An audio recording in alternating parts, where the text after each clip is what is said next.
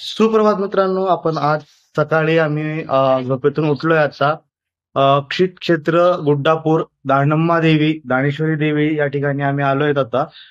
या ठिकाणी आम्ही एका भक्त निवासामध्ये स्टे केलेला आहे. इथलं भक्त निवास खूप सुंदर आहे आणि इथले भक्त निवासचे रेट पण रिझनेबल रेट आहे. खूप असं महाग असं काही नाहीये.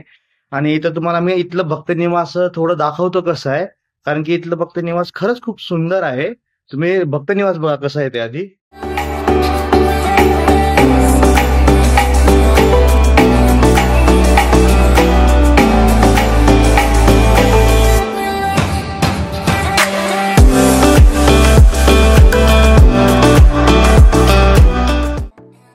याच्या आधी इथं असं काही नव्हतं. राहण्याची सोय होती पण तेवढी खास नव्हती. पण ह्या वेळेस खूप साऱ्या गोष्टी इथं सुधारल्या आहेत. मला वाटतं की 5-6 वर्षाच्या नंतर आम्ही इथं आलोय. तर तुम्ही बघू शकता आता इथली गार्डन कसं आहे.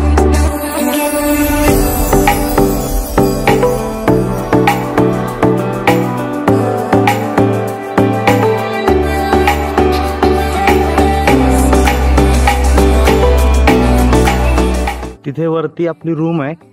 मी तुम्हाला रूमची पण टूर करवतो. याच्या आधी आम्ही जेव्हा इथं आलो होतो तेव्हा इथल्या रूम्स अशा नव्हत्या की जशा आता आहेत. आधी खूप वेगळं होतं राहणं वगैरे सगळंच. पण आता रूम्स पण थोड्याशा त्यांनी ऍडव्हान्स केले, थोडं स्टँडर्डाइज केले त्यांनी रूम्सना पण. रूम्स मध्ये त्यांनी फॅसिलिटीज दिले. त्या सगळ्या फॅसिलिटीज मी तुम्हाला दाखवतो आता कशी आहेत ते. तुम्ही रूम मध्ये गेल्यानंतर तुम्ही बघू शकता. हॉल मी दाखवणार नाही कारण की तिथं भरपूर सारं आमचं सामान पडलेलं आहे. तिथे गेल्यानंतर जी गोष्ट ऍड ऑन त्याने केलेली आहे रूम मध्ये ती गोष्ट मी तुम्हाला दाखवतो ती काय आहे. मी हॉलला स्किप केलंय. इकडं संडास, बाथरूम, बेसिन आणि इथं त्यांनी ऍड केलेलं आहे किचन. तुम्ही विचार करत असाल की यांनी किचन का दिलंय या ठिकाणी, तर इथं गॅस कनेक्शन पण त्यांनी दिलेलं आहे. तुम्ही बघू शकता हा गॅस कनेक्शन, बेसिन. आधी तर असं काहीच नव्हतं. तुम्हाला सगळं स्वतःला करावं लागत होतं. फक्त त्यांच्याकडून आपल्याला एक रूम भेटत होती. हे रूमच्या मागचा इलाका बघू शकता तुम्ही कसा आहे. त्यांनी किचनला सुद्धा त्यांनी गॅलरी दिलेली आहे. काय चाललंय ईशान, तुम्ही बघू शकता. इथं किचन देण्याचं कारण हे आहे की जेव्हा आपण दानम्मा देवीला किंवा दानेश्वरीच्या देवीला येतो, इथं आल्यानंतर आपल्याला देवीचं निवद बनवावं लागतं.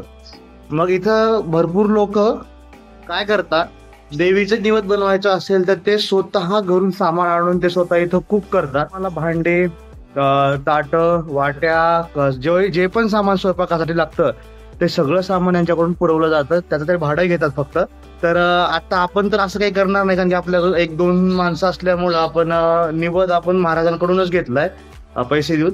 तर तो निवद आपण देवीला दाखवूया आणि त्याच्यानंतर आपण जर शक्यतो मला परमिशन दिली तर मी मंदिराच्या परिसराचा व्हिडिओ तुम्हाला दाखवेन.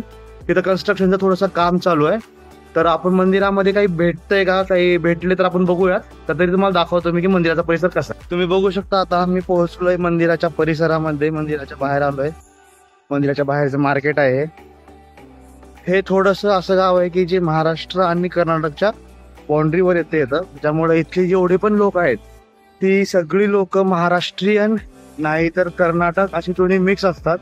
आणि मोस्ट ऑफ दी तर या ठिकाणी कर्नाटकचेच लोकांची भक्त लोक जास्त असतात या ठिकाणी. आपण जाऊ आता.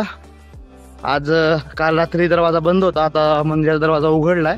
मंदिराचा दरवाजा उघडला. मी झालं तर मधली बाजू तुम्हाला दाखवतो, पण त्याआधी तुम्हाला आउटर एरिया दाखवतो मंदिराचा कसा आहे.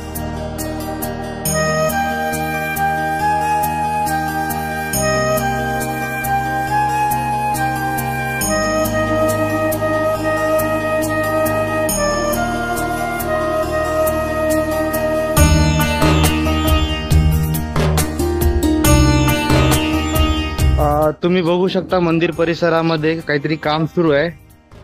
कन्स्ट्रक्शनचं काम सुरू आहे वाटतं. मागच्या वेळेस जेव्हा आम्ही आलो होतो तेव्हा खूप छान होतं आणि आता कन्स्ट्रक्शनच्या कामामुळे भरपूर काही सोयी आता इथं होणार आहेत भक्तांसाठी.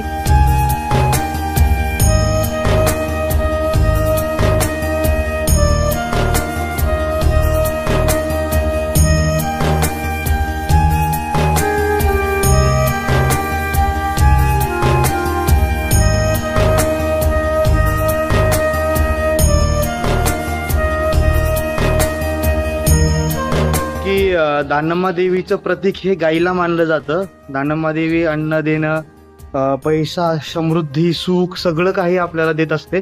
त्याच्यामुळं गाईचं प्रतीक हे दानम्मा देवीला मानलं जातं. तुम्ही बघू शकता इथे एक मंदिराच्या छतावरती एका मोठ्या गाईची मूर्ती इथं आहे.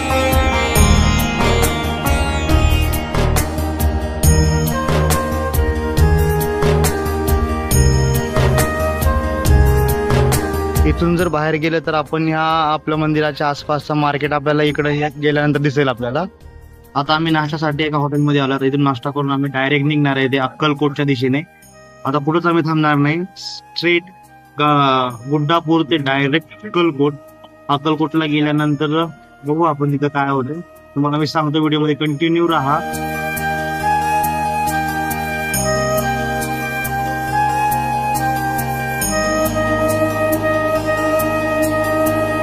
तुम्ही बघू शकता आता आपण रूम सोडली आहे, इथून निघालोय आपण. आता इथून बाहेर गेल्यानंतर ऑफिस दाखवतो तुम्हाला कसं आहे. खूप सुंदर छानसं ऑफिस आहे.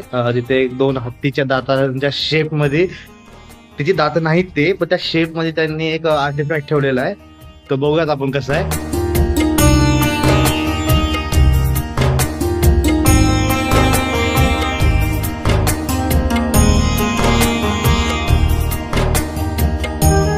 आता इथून आपण निघालोय.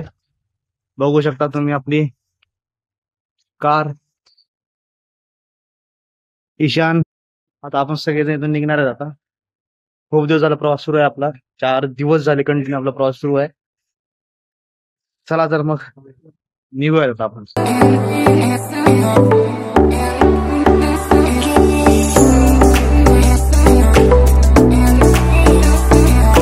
आता आम्ही आलोय संगतीर्थ जवळ. असं म्हणतात की दानम्मा देवी जी आहे तिचं लग्न या ठिकाणी होणार होतं, पण ते लग्न काही कारणास्तव मोडलं. आणि त्या लग्नाच्या मोडल्याच्या नंतर देवी निर्णय घेतला की आता ती संन्यास घेईल.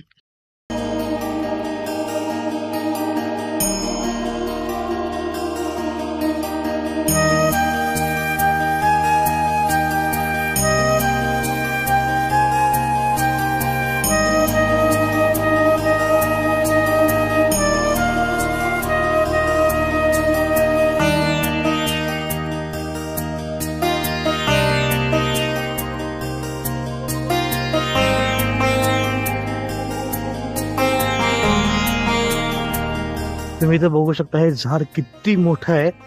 इथून हे झाडाची सुरुवात झाली आणि हे झाडाची जी फांद्या आहेत ते दुसरीकडे जाऊन ते जमिनीमध्ये पुन्हा त्यांचे रोपण होऊन ते पुन्हा वाढत गेले झाड. हे बघा, या झाडातून आलेली ही वेल आहे. ही वेल पूर्ण अशी येऊन जमिनीला टेकून नंतर इथून पुन्हा त्या झाडाचं पुन्हा त्याची वाढ झालेली आहे. म्हणजे किती मोठं आणि विशाल हे झाड आहे, विचार करू शकता तुम्ही.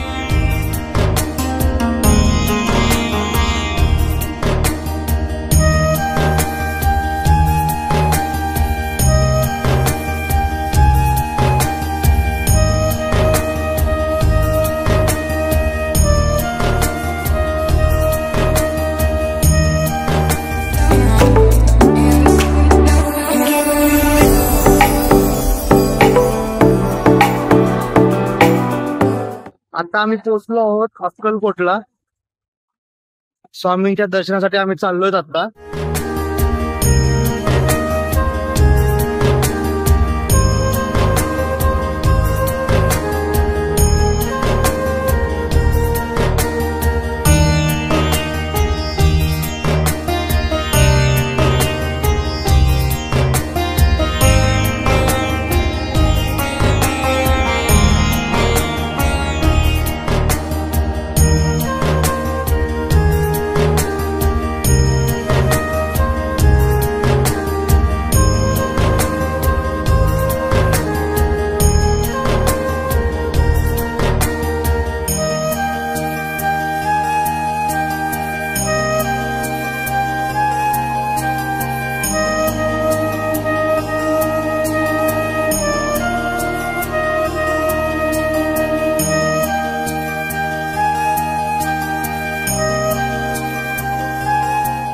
महाराजांचं दर्शन केलं. खूप गर्दी होती दर्शन घेण्यासाठी, भरपूर लोक आज आले होते कारण की आज गुरुवार होता. गुरुवार असल्यामुळे आज भाविक भक्तांची खूप गर्दी इथं होती आणि दर्शन खूप खूप आणि खूप असं म्हणणार की काही गोंधळात झालं. शांतपणे दर्शन घेता आलं नाही कारण की लोकांच्या गर्दीमुळे. तरी आता बाहेर निघू आपण, बघू पुढं काय. आता आम्ही आलो आहोत पानमंगरुळ या ठिकाणी. पानमंगरुळ इथे आमचे गुरु महाराजांचं मठ आहे. आम्ही आता अक्कलकोट वरून निघालो, तिथून आम्ही डायरेक्ट आता पानमंगरुळला आलो. आता पानमंगरुळला आल्यानंतर इथून आम्ही महाराजांचं दर्शन घेऊ. महाराज इथे नाही आहेत, तर आम्हाला इथून 4 किलोमीटर लांब एक गाव आहे, त्या ठिकाणी त्यांची जत्रा आहे. त्या जत्रेमध्ये महाराजांना भेटायचं आहे आम्हाला. जाऊन तिथून जाऊन त्यांचं दर्शन वगैरे घेऊन आम्ही तिथून निघून आता आम्ही पुढची जर्नी सुरू करतो. आता पुढचं गाव सांगत नाही कारण की आमचे सडनली प्लॅन चेंज होत आहेत, त्याच्यामुळे मी गाव सांगत नाही. तर सध्या तुम्हाला मी मठ दाखवतो कसं आहे पूर्ण, तुम्ही मठ बघून घ्या आणि आपण महाराजांना भेटायला जाऊयात.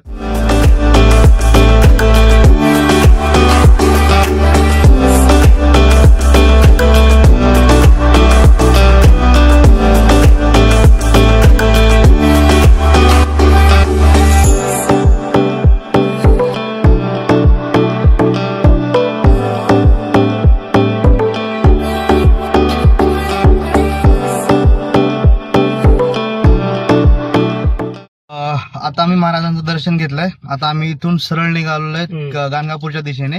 मित्रांनो आता रात्रीचा खूप उशीर झालाय, आम्हाला गाणगापूरला यायला खूप उशीर झाला आणि रात्रीचे लगभग 12 वाजलेत आणि मंदिर बंद झालेलं आहे. त्याच्यामुळे आता आम्ही फक्त पायरीचे दर्शन घेऊन निघतोय कारण की पुढची जर्नी आपली अजून बाकी आहे.